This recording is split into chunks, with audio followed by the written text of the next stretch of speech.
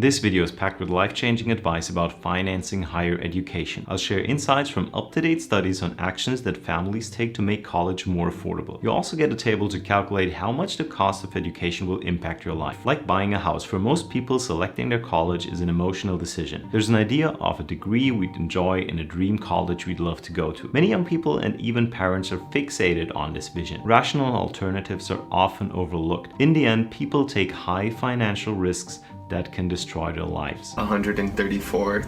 I owe $108,137.48 in student loans. $22,000 on minimum wage. Even 2 jobs wasn't enough. I'm going to show you that it's 100% in your hands to plan your education and come out successful without creating a heavy financial burden. We're not going to start with talking about where to get the money for college. No. At first, we want to control the costs. There are major decisions about our career choice, selection of college, and the location that play the biggest role in how we stand financially after college. The first thing we need to discuss is the career choice. I won't say go for a degree with a high-paying salary. That's not my point. Simply don't ignore the salary and the labor market just because you want to pursue your passion.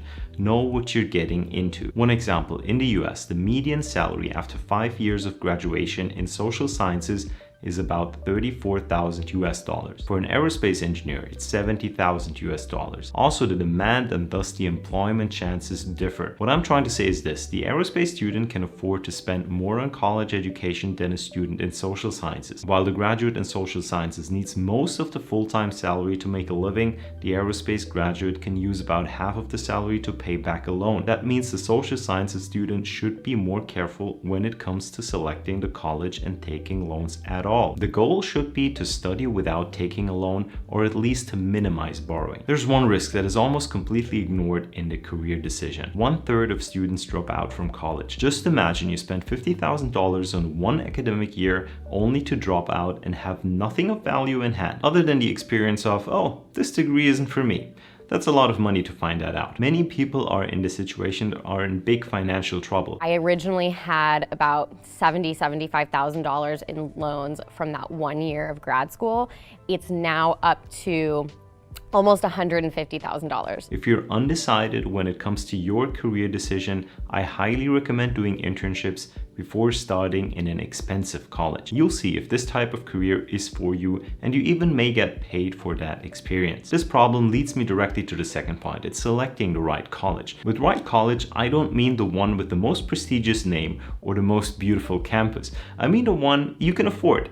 I'll tell you a few things about colleges. A college that costs 5 times more doesn't provide 5 times better education or 5 times better opportunities. The differences in education quality between colleges in the same country are marginal. It's like selecting a BMW and a Nissan to get from A to B. Sure, the BMW sounds cooler and is more comfortable, but in both cases you must do the work and drive the car. Both take you to the same destination. Rarely someone asks in what car you arrived. Here's something you must know about undergraduate degrees. 90% of your courses in the first year are about the most fundamental topics like algebra.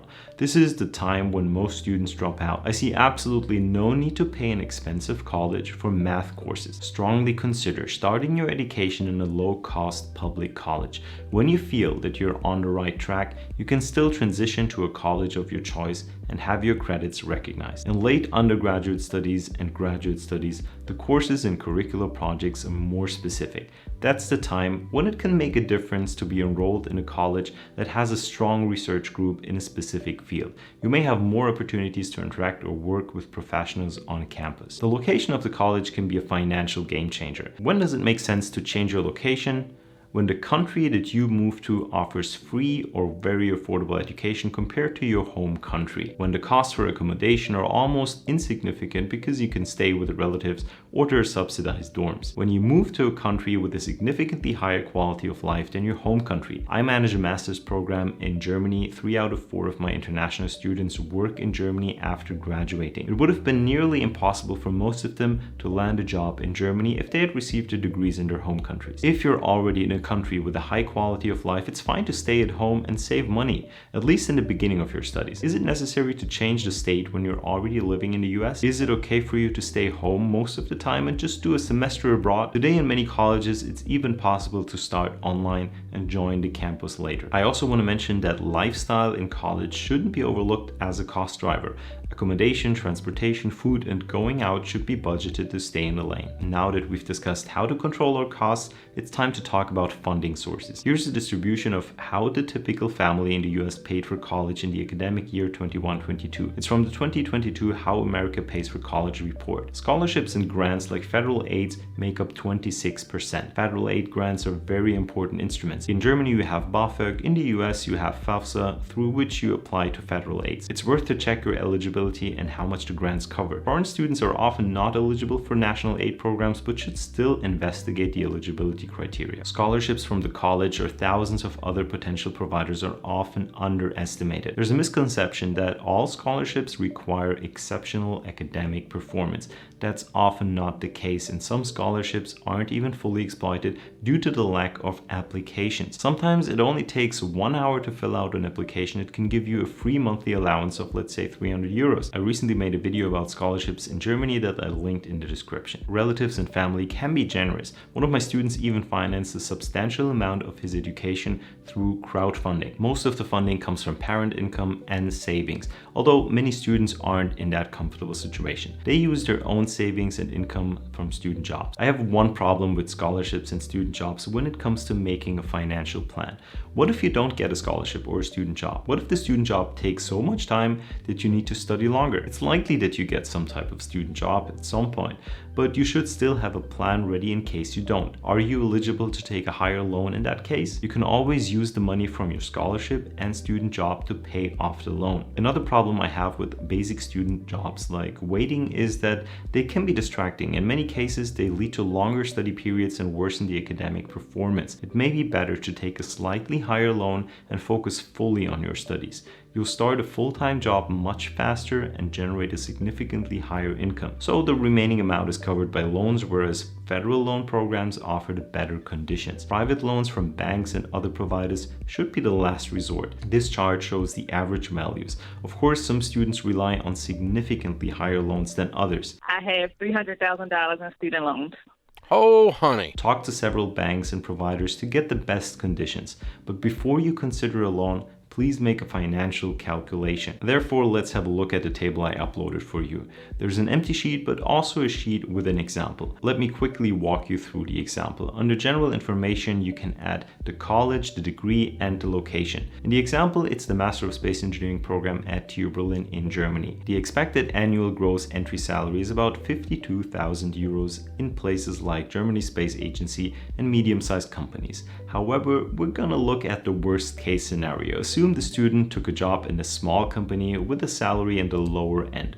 We'll see what happens financially. The employment rate for engineers in Germany is very high with 97.5%. There's little risk of not landing a job in Germany after graduating from an aerospace program. You want to be aware of the risks you're taking with the degree you're aiming for. In the expenses section, we add the tuition fees and any additional fees. You can either enter that monthly and automatically get the total, or you can directly enter the total like I did. Add the estimated expenses for living, moving, traveling, and so on. Don't forget an emergency fund worth at least 3 months of your general expenses. I added additional hints and comments in the table that you can read later. In the income section, we add our family savings and our own savings. The values are just examples. We add the monthly support we get from our family, from federal aid, scholarships, and so on. We can also add income from a student job. In this case, I estimated that the student will work for 12 months. That's what I usually observe with my students. That leaves us with a difference of 21,820 euros. Now, as I said earlier, you never know if you'll get a scholarship or a student job,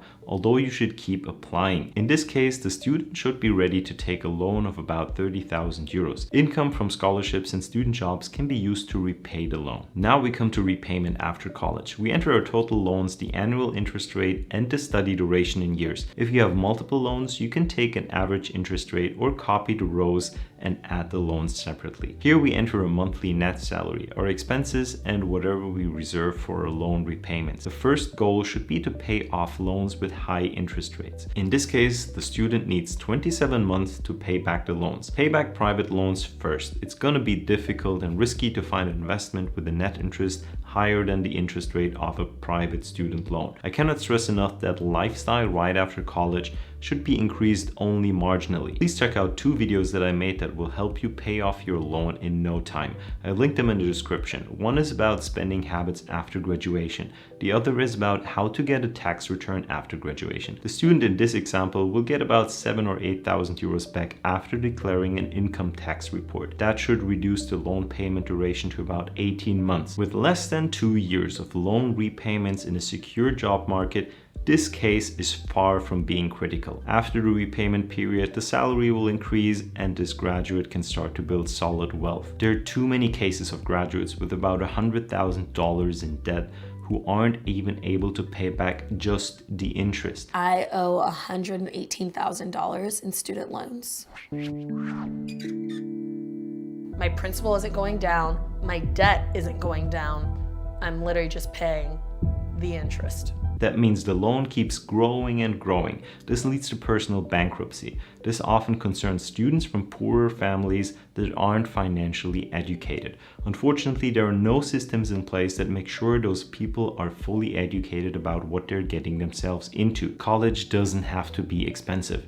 There are also many alternative paths to college education. Check out my video in which I explain that apprenticeships and trade schools can be the better choice. The 2022 How America Pays for College study lists several actions that families take to make college more affordable. 31% focus on earning the degree in a shorter period. No salary from a student job or scholarship can compete with a full-time salary. Finishing as early as possible without compromising on learning quality and relevant experience is a great aim. 30% start at a less expensive school before continuing their education at a more expensive one. Love it and mentioned it earlier. Also 16% consider changing schools to reduce educational costs. 25% enroll part-time or take fewer courses. Sure, if you have a solid job already and want to study on the side, that's a legit option. 28% change majors to a field of study that is more marketable. 49% of families try to reduce the student spendings. 41% try to reduce the parent spendings. 36% want to make use of a campus meal plan. 48% continue to search and apply for scholarships throughout the year. Very important. There are always new scholarships and it doesn't hurt to apply to as many as possible. It's free money. 43% try to increase the students' work hours or earnings. As I said many times before, I have mixed feelings about this. Working for experience is great. Working a basic non-relevant job is fine if you have no other choice. Using the semester break to work is fine. But if a basic job affects your study period significantly, it's probably gonna cost you more than you could earn with starting a full-time job earlier. 33% file for higher education tax credits or deductions. 31% increase the parents' work hours or earnings. 13% use military benefits. I hope this video gave you a better feeling of how to avoid financial pitfalls and make college more affordable. Let me know if you have any questions. See you soon.